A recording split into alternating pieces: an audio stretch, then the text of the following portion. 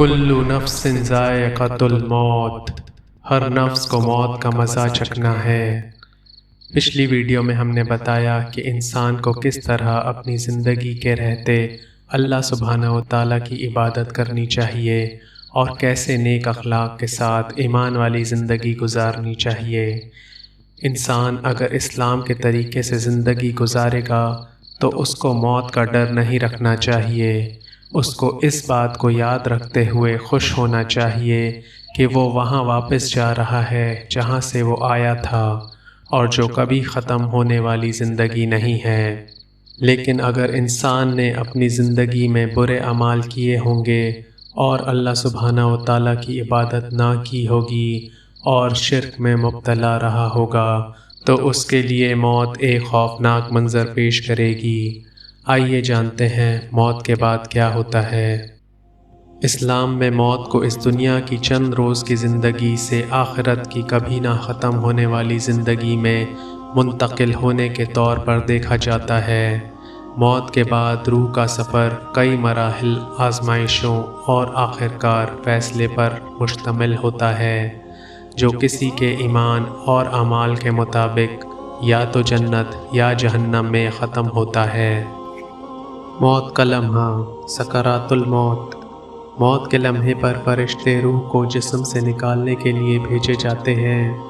روح کے نکلنے کی صورت اس بات پر منحصر ہے کہ وہ شخص نیک مومن ہے یا کافر یا گنہگار۔ نیک مومن کے لیے موت اور رحمت کے فرشتے پرامن اور نرم طریقے سے آئیں گے اور روح کو آسانی سے نکالا جائے گا۔ کافر یا گنہگار کے لیے روح کو عذاب دینے والے فرشتے شدید درد اور خوف کے ساتھ نکالیں گے۔ پیغمبر محمد صلی اللہ علیہ وسلم نے فرمایا، جب مومن اس دنیا سے رخصت ہونے والا ہوتا ہے تو فرشتے آسمان سے سفید چہرے لے کر آتے ہیں جیسے ان کے چہرے سورج کی طرح ہوں۔ وہ جنت کے کفن اور خوشبو لاتے ہیں۔ اور جب کافر اس دنیا سے رخصت ہوتا ہے تو فرشتے آسمان سے کالے چہرے لے کر آتے ہیں اور ساتھ ایک خردرہ اون کا کپڑا لاتے ہیں۔ ایک روایت میں نبی کریم صلی اللہ علیہ وسلم نے موت کے وقت روح کے سفر کو بیان فرمایا۔ جب مومن اس دنیا سے رخصت ہو کر آخرت میں داخل ہونے کے قریب ہوتا ہے تو فرشتے آسمان سے اترتے ہیں۔ پھر موت کا فرشتہ آتا ہے اور اس کے سر کے پاس بیٹھتا ہے اور کہتا ہے، اے اچھی روح، اللہ کی مغفرت اور اس کی خوشنودی کی طرف آ جا۔ اور وہ ایک گھڑے سے پانی کے قطرے کی طرح آسانی سے نکل آتی ہے۔ دوسری طرف کافر کے لیے موت کا فرشتہ آتا ہے اور کہتا ہے، اے بدروح، اللہ کے غضب اور اس کے غصے کی طرف آ جا۔ اور اس کی روح کو اس طرح گھسیٹا جاتا ہے جیسے گیلی اون میں کانٹے دار ٹہنی کھینچ کر نکالی جاتی ہے۔ برزخ اور قبر کی زندگی۔ برزخ اس عرصے کو کہا جاتا ہے جو موت اور قیامت کے دن کے درمیان ہوتا ہے۔ اس دوران روح قبر کی دنیا میں داخل ہوتی ہے، چاہے جسم دفن ہو یا نہ ہو۔ روح کی یہاں آزمائش ہوتی ہے اور یہ اپنے ایمان اور اعمال کی بنیاد پر سکون یا عذاب محسوس کرتی ہے۔ قبر کی آزمائش۔ دفن ہونے کے بعد دو فرشتے منکر اور نکیر قبر میں آ کر 3 سوال کرتے ہیں۔ پہلا، تمہارا رب کون ہے؟ من ربک۔ دوسرا، تمہارا دین کیا ہے؟ ما دینک۔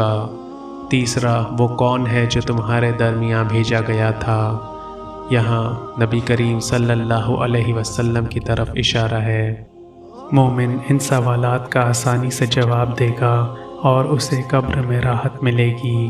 اس کے لیے جنت کی کھڑکی کھول دی جائے گی جس سے اسے جنت کی خوشبو اور ہوا کا لطف ملے گا۔ ابن ماجہ میں آتا ہے، اس کے لیے جنت کا ایک دروازہ کھولا جائے گا اور اس کی ہوا اور خوشبو اس تک پہنچے گی اور اس کے لیے اتنی جگہ بنائی جائے گی جتنی اس کی نظر جا سکتی ہے۔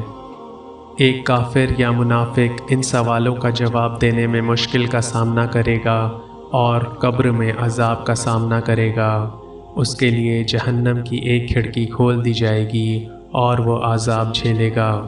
ابن ماجہ میں آیا کہ اس کے لیے جہنم کا دروازہ کھولا جائے گا اور اس سے جہنم کی گرمی اور جلتی ہوا آئے گی۔ مومن کے لیے قبر کو جنت کے باغات میں سے ایک باغ قرار دیا گیا ہے، کافر یا منافق کے لیے قبر کو جہنم کی کھائیوں میں سے ایک کھائی قرار دیا گیا ہے۔ قیامت کا دن یوم القیامہ۔ برزخ کے مدت کے بعد اللہ سبحانہ و تعالیٰ فرشتے اسرافیل علیہ السلام کو سر پھونکنے کو حکم دیں گے، جو دنیا کے ختم کا اشارہ ہوگا۔ 2 سر پھونکے جائیں گے۔ پہلا پھونک تمام مخلوق مر جائے گی، دوسرا پھونک تمام مخلوق قبروں سے اٹھائی جائے گی۔ لوگ قبروں سے اٹھیں گے اور میدان محشر پر جمع ہوں گے۔ یہ وہ جگہ ہے جہاں قیامت کے دن تمام روحیں دوبارہ زندہ کیے جانے کے بعد جمع کی جائیں گی۔ اس وسیع میدان میں ہر فرد ابتدا سے لے کر انتہا تک اپنے اعمال کا سامنا کرنے اور اللہ کے فیصلے کا انتظار کرنے کے لیے اکٹھا ہوگا۔ یہ سب سے مشکل اور خوفناک وقت ہوگا۔ سورج لوگوں کے قریب لایا جائے گا اور ہر کوئی خوف کے عالم میں فیصلے کا انتظار کرے گا۔ قرآن سورہ النبا میں اللہ تعالیٰ فرماتے ہیں، جس دن سر پھونکا جائے گا اور تم گروہوں میں نکل کر آؤ گے۔ یوم الحساب۔ قیامت کے دن ہر فرد اللہ سبحانہ و تعالیٰ کے سامنے اپنے اعمال کا حساب دے گا۔ زندگی کا مکمل ریکارڈ، جسے کتاب اعمال کہا جاتا ہے، پیش کیا جائے گا اور ہر عمل تولا جائے گا۔ قیامت کا دن ایک انتہائی طویل اور مشکل دن کے طور پر بیان کیا گیا ہے، جسے انسانی وقت کے حساب سے 50,000 سال کا دن کہا جاتا ہے۔ قرآن سورہ المعارج میں اللہ تعالیٰ فرماتے ہیں، فرشتے اور روح اس کی طرف چڑھتے ہیں ایک ایسے دن میں جس کی مقدار 50,000 سال ہے۔ یہ آیت اس دن کی عظیم طوالت اور سختی کو واضح کرتی ہے۔ علماء اس عرصے کی مختلف تشریحات کرتے ہیں۔ کچھ کا کہنا ہے کہ اس سے مراد دن کی طوالت، شدت اور سختی ہے، نہ کہ وقت کا ایک حقیقی پیمانہ، جبکہ کچھ علماء اس کو ایک مخصوص وقت کے طور پر سمجھتے ہیں جو صرف اللہ ہی جانتا ہے۔ یہ بھی کہا جاتا ہے کہ قیامت کا دن کافروں کے لیے اپنی سختیوں کی وجہ سے بہت طویل محسوس ہوگا، جبکہ نیک لوگوں کے لیے یہ جلدی گزر جائے گا، کیونکہ وہ اللہ کی رحمت اور حفاظت میں ہوں گے۔ کتاب اعمال۔ ہر شخص کو اس کی کتاب اعمال ملے گی، جس میں اس کے کیے گئے ہر عمل کی تفصیل ہوگی۔ یہ کتاب اعمال فرشتوں نے لکھی ہوگی، جو کرامن کاتبین کہلاتے ہیں۔ نیک لوگ اپنی کتاب کو دائیں ہاتھ میں لیں گے، جو نجات کی علامت ہے۔ گنہگار اور کافر اپنی کتاب کو بائیں ہاتھ سے لیں گے، جو ہلاکت کی علامت ہے۔ قیامت کے دن سب لوگ زندہ کیے جائیں گے، چاہے ان کا خاتمہ کیسے بھی ہوا ہو، چاہے ان کے جسم کو جلایا گیا ہو یا کسی جانور نے انہیں کھا لیا ہو یا وہ پانی میں ڈوب کر ختم ہوئے ہوں۔ اللہ ہر شخص کو زندہ کرنے کی قدرت رکھتے ہیں۔ کافر کہتے ہیں، جب ہم مٹی اور ہڈیاں بن جائیں گے، کیا ہم پھر زندہ کیے جائیں گے؟ کہہ دو، پہلی اور آخری نسلیں سب کو ایک مقرر دن کے لیے جمع کیا جائے گا۔